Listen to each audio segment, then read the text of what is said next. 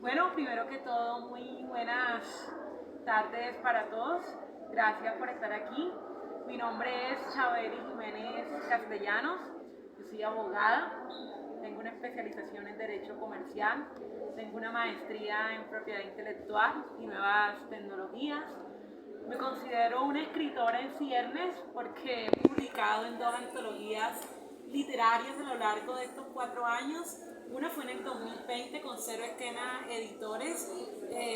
Publiqué en su antología La Urgencia, el Consuelo, que fueron 15 mujeres que publicaron una serie de cartas que tenían inéditas. Entonces, un gran proyecto. Y la segunda fue en el 2021, precisamente aquí en IT Editorial, en esta editorial anfitriona, en Historias de Mujeres sin Filtro. Entonces, eso es un poco lo que hago. Eh, Como les conté, tengo una maestría en propiedad intelectual. Desde el 2012 me he dedicado a todo esto del derecho de autor, ¿cierto? Todo empezó, para hacer así como un breve resumen a propósito de que cuál es tu historia. Todos tenemos una historia, eso es seguro. Casualmente en el 2009, hace 15 años, fue la primera vez que vine a la Feria del Libro. Estaba en la universidad, en último semestre de Derecho, y yo pertenecía a la Red Nacional de Estudiantes de Literatura y Afines, aunque yo estudiaba Derecho. Y me pareció fantástico y yo dije, algún día voy a estar ahí. Entonces, creo que la niña de, ¿cuántos años tenía en ese momento? 22, 21, estaría contenta. Entonces, digamos que cuando yo me gradué de la universidad en el año 2011, a partir del 2012, pienso cómo sería la manera de mezclar toda esa experiencia que tuve de organizar eventos culturales, ciertos recitales poéticos, con lo que yo había estudiado, con el derecho. Entonces fue cuando pensé que el derecho de autor podía ser un buen proyecto de vida para mí y que podía ser pues bastante útil para las personas que lo necesitan. Entonces, eso es un poco como la historia. Eh, yo desde el 2012 he llevado a cabo en Cartagena, donde yo vivo, como todo un proceso de posicionamiento de la propiedad intelectual. Para nadie es una realidad que casi todos estos temas están concentrados en Medellín y aquí en Bogotá, y todavía en el Caribe colombiano tenemos que hacer un esfuerzo para posicionarlos. Entonces yo empecé un poquito de una manera quijotesca y bueno, estar aquí digamos que también es como la culminación de ese proceso. Cuando nos hicieron la invitación me pareció que podía ser una buena oportunidad en este espacio para mostrar eso. Entonces, ya como después de haber contado pues brevemente mi historia, quisiera entrar un poco en materia, ¿no? Tal y como nos dijo aquí nuestra maestra de ceremonias, la charla que traigo hoy se llama Derecho de Autor y Creación Literaria. Entonces, lo primero es como entender, ¿no?, que el derecho de autor es aquella parte legal que se encarga de proteger todas las obras del intelecto, de la creatividad, pero que además tienen fines estéticos. Los libros que escribimos, ¿cierto? El arte, la pintura, las artes plásticas buscan un deleite, un fin estético, ¿cierto? Y eso es lo que protege el derecho de autor. ¿Y por qué hago esta claridad? Porque hay otra parte esa que protege las marcas, las patentes, que protege aquello que tiene un fin industrial. Pero entonces estamos aquí en una editorial, ¿cierto? Y lo que escribimos libros, ¿cierto? Los que estamos en el proceso de formación, escribimos libros, obras literarias con fines estéticos. Entonces el derecho de autor protege esta parte. El derecho de autor se clasifica en dos. Uno son los derechos morales y otros son los derechos patrimoniales. Los derechos morales son aquellos que están relacionados con la reputación, con el buen nombre, con la personalidad del autor. Estos son considerados incluso derechos humanos y no pueden ser ni transferidos, ni cedidos, ni renunciados por ninguna persona. Entonces es importante tener en cuenta esto porque están los derechos patrimoniales, ¿cierto? Que son los que se relacionan con la explotación económica. Algunas de las personas que están aquí, ¿cierto? Tuvimos que hacer un contrato con IT Editorial en su momento bastante largo, como de 4 o 5 páginas, y le cedimos gran parte pues, de nuestros derechos por un tiempo limitado. Pero lo que cedimos fueron nuestros derechos patrimoniales, no cedimos nuestros derechos morales porque eso definitivamente no se puede. Entonces es muy importante tener en cuenta como este doble componente, que uno digamos es de naturaleza moral, ¿cierto? De naturaleza personalísima, y el otro tiene que ver con la explotación económica. En ese orden de ideas, los derechos morales entonces en nuestra legislación son 4. El primero, seguramente el que todos lo conocen, aunque de pronto no con el nombre que voy a decir, pero todos lo conocen, y es el derecho moral de paternidad. Entonces, es eso de que si yo escribo algo, tengo derecho a que digan Chaveri Jiménez, Esteban Pérez, que mi nombre aparezca al lado del texto que yo escribí. Si yo tengo seudónimo, como el seudónimo entra dentro del libre desarrollo de la personalidad y está protegido de la ley, pues será un seudónimo, ¿cierto? Ese es el derecho de la paternidad. Por otro lado está el derecho de la integridad. Y es que si yo escribí una obra, ¿cierto? Por supuesto sometida a la edición, pero digamos yo tengo sus capítulos, hice toda una composición, es muy importante que esa obra no me sea mutilada ni me sea cortada, porque al momento de que tú le haces eso a la obra, le estás cercenando la personalidad al autor, le estás cercenando, digamos, todo ese planteamiento estético que quiso hacer. El tercer derecho moral es la ineditud, y es que el publicar es un derecho moral, pero no una obligación. Luego entonces, si alguien escribe algo y lo quiere tener en el último archivo del computador, en el último cajón del cuarto de la abuela, lo puede hacer. Esto es importante ahora, fíjense lo que está pasando con la nueva novela de Gabriel García Márquez, En Adusto nos vemos. Ha producido una gran polémica en el mundo de la crítica literaria, porque sus hijos tomaron la decisión de publicar esa novela después que el autor falleció. Eso pues ha suscitado una serie de debates. Hay gente que dice, no, el genio del Nobel va por encima de eso, si tenía una enfermedad o no. Otros dicen debieron respetarlo. Entonces, eso es un buen ejemplo, ¿no? Y el tercero, el retracto. Es decir, yo le doy permiso a una editorial como escritor para que venga y publique mis obras literarias, ¿cierto? Sin embargo, yo puedo arrepentirme. Por supuesto, puedo arrepentirme, pero tengo que pagar una indemnización a las personas que perjudique con eso. Entonces, esos son como los 4 derechos morales. Ahora vamos a entrar a los derechos patrimoniales.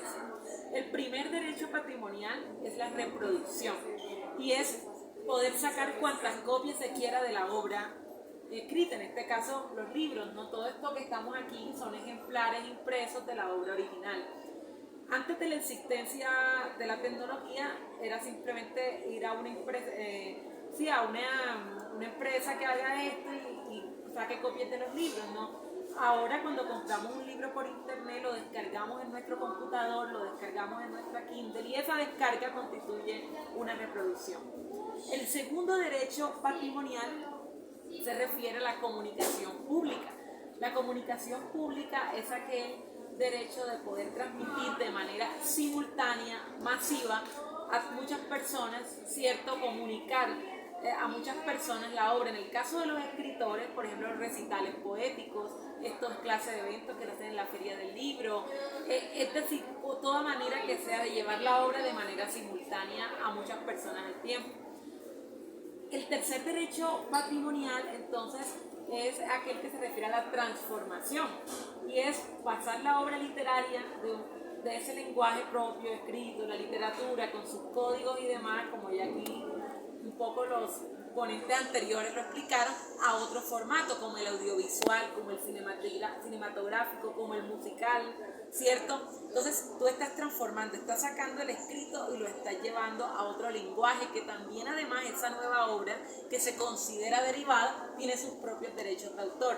Volviendo a Gabriel García Márquez, ya vimos que el jueves pasado salió el tráiler de Netflix de la adaptación de 100 años de soledad. Bueno, ya hubo unas críticas y demás, pero el punto es que ese es un gran ejemplo, una adaptación audiovisual de un clásico de la literatura con tantas lecturas, que probablemente, si me lo preguntan a mí, obviamente si lo vemos desde el punto de vista del libro no va a llenar las expectativas, porque ese es otro lenguaje. Netflix de todas maneras es una plataforma comercial, es decir, ya, pero por supuesto, como toda obra pública, eso sí puede suscitar un debate. Entonces hay una transformación, ¿cierto? Cogieron el libro y lo llevaron a una serie a través de una plataforma que es de streaming, que hace comunicación pública. Porque, por ejemplo, Netflix, Amazon Prime y todas estas plataformas se consideran comunicación pública y no reproducción?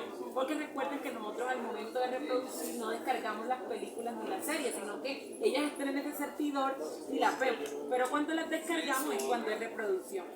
Y el último derecho patrimonial es el que tiene que ver con la distribución, y es todo lo que está relacionado con la comercialización y llevar los libros a los usuarios finales, a los consumidores. Esto que estamos aquí es un espacio de distribución por excelencia, ¿no? La Feria del Libro de Bogotá. Entonces, esos son los 4 derechos patrimoniales.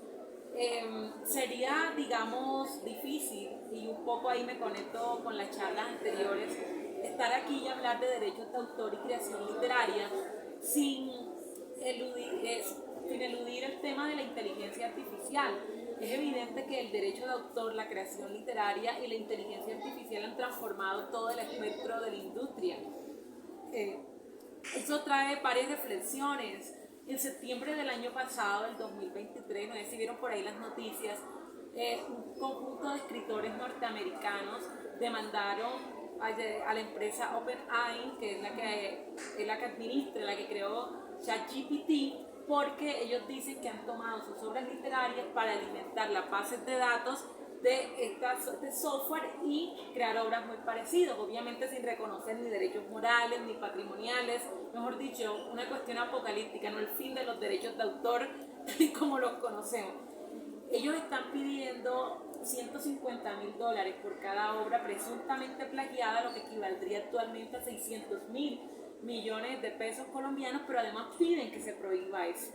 Esto fue un tema interesante porque además desde mi perspectiva fue como que ustedes saben que desde que empezó todo esto en enero del 2023, toda la inteligencia artificial y demás, esto fue como una escena de Volver al Futuro, la película esta ochentera, de que wow, estamos en el futuro, pero cuando ya demandan al futuro le dicen, mira, me está violando mis derechos de autor, o sea, no estamos en una película, esto es real. Entonces fue como un aterrizaje forzoso, y yo creo que esto trae varias reflexiones, ¿no? Que es importante hacer. La primera reflexión es que yo siento que esto va a constituir como una brecha muy grande entre los escritores que están respaldados por las grandes editoriales, que pueden tener acceso a abogados especializados en propiedad intelectual con recursos para contratar un perito, un experto, o sea, es decir, litigar en derechos de autor vale, eso no es fácil.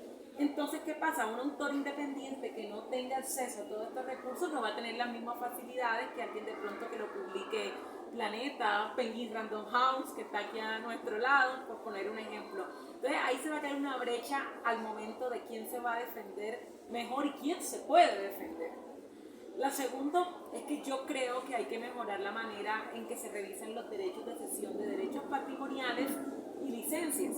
La cesión de derechos patrimoniales y las licencias es la manera en que los autores negocian sus derechos con las editoriales, con el resto del mercado. Yo desde mi perspectiva, y esto lo puedo decir desde la práctica porque lo veo todos los días, es decir, yo tengo clientes, personas que reviso contratos, la mayoría de personas firman contratos así por la emoción, lo cual es genial, pero pasan después cosas, como yo en qué momento dije que el software de inteligencia artificial dice eso, y cuando tú le preguntas a la editorial, sí, ahí en la página 14, en la última esquina, usted dijo eso, y resulta que esta persona firmó esto a las 12 de la noche un viernes. Entonces es importante porque yo creo que sí o sí vamos a tener que leer mejor los contratos, asesorarnos mejor, porque son nuestros intereses y es nuestro patrimonio el que está en juego, ¿ya? Y bueno, una tercera reflexión que creo que es importante es que pienso que las sociedades de gestión colectiva, los escritores también tienen sociedades de gestión colectiva, así como los músicos tienen SAICO y ASINCRO. Aquí existe, por ejemplo, el Centro Colombiano de Derechos Reprográficos, los libretistas tienen redes, entre otras. Yo pienso a veces que estas entidades se han quedado mucho en el tema de recaudar las regalías y les falta fortalecer más. Listo, vamos a capacitar a la gente en inteligencia artificial, en algoritmos y eso, porque no podemos estar desarrollando solo tareas meramente mecánicas, de decir yo recojo la plata y se la doy al final de año, sino que cómo hacemos para que la gente sepa la realidad, cómo lo formamos, ¿no? Entonces creo que esa es una de las cuestiones que hay que hacer. O sea, no podemos seguir que la tecnología nos atropelle, sino que en la práctica tiene que haber un proceso de prevención. Otra reflexión creo que es importante es que me parece que ahí a nivel de gobernanza, ¿no? De todas las instituciones que tienen que ver con derecho de autor, inteligencia artificial, cultura, literatura, tiene que haber una modernización y una optimización. Aquí en Colombia existe una política nacional de propiedad intelectual, está vigente. Sin embargo, mucha gente no la conoce, cada quien va por su lado, el plan de desarrollo, el lineamiento de aquí, el plan de acción de aquí. Entonces sí es muy complicado porque esto parece un choque de trenes muchas veces y los que quedan perjudicados son los autores, los que últimos que estén en el eslabón, que muchas veces están, como bien decía aquí el ponente anterior, enfocados en lo que tienen que estar en el arte, en la creación, pero entonces ante esta avalancha de nuevas cosas, este choque de trenes, esta desorganización nos ayuda. Entonces yo sí creo que una de las maneras que se tiene, entre comillas, ¿no?, de blindar la creación literaria frente a la inteligencia artificial y todo esto es que la gobernanza, todas las entidades que intervienen en esto deben mejorar la manera en que lo hacen. Creo también que las universidades, los departamentos de investigación tienen que sacar manuales de buenas prácticas. Yo lo que he notado en la práctica, valga la redundancia, es que esperan el caso, esperan el plagio del profesor, el plagio del estudiante para reaccionar, la demanda, y resulta que cuando los casos van al consejo académico nadie sabe cómo resolverlos porque no estamos formados. Entonces tenemos que empezar a tener un manual de buenas prácticas investigativas para evitar esta clase de situaciones, ¿no? Y creo yo que una última reflexión que podía suscitar esto a raíz de la demanda, pues, de los escritores estadounidenses es el tema ético, ¿no?, ineludible, ¿no? Es decir, ¿acaso, como dicen algunos, la máquina va a reemplazar el arte? ¿Cómo quedan los derechos de autor? ¿Qué va a pasar ahora en un mundo cuando ya existen software que te producen textos literarios enteros, que te dan ideas? Es decir, aquí hay varios trabajos que están en riesgo realmente, pero entonces, como la realidad desde mi perspectiva no la podemos negar, creo que lo que hay que hacer es, aún siendo conscientes de estas implicaciones éticas, buscar la ayuda necesaria. Hay gente que dice, yo me dedico a escribir, esta es mi profesión. Entonces, así como el médico dice, yo soy médico y me formo y hago lo posible, yo pienso que al escritor no le sobra también organización y conciencia en muchos de estos temas, ¿no? Ya un poco para finalizar, quiero traer como a colación una cita de la gran escritora española Irene Vallejo, la autora del Infinito en un junco, ¿cierto? Esa maravillosa reflexión sobre los libros. Ella dice que los libros resucitan, sobreviven, son un pasaporte a la no caducidad. Yo creo que los escritores no necesariamente tienen que verse disminuidos ni van a desaparecer con la inteligencia artificial.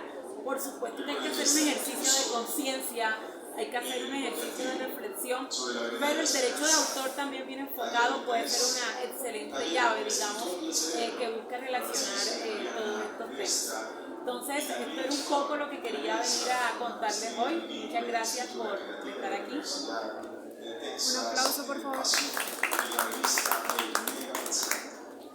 ¿Tienen alguna pregunta?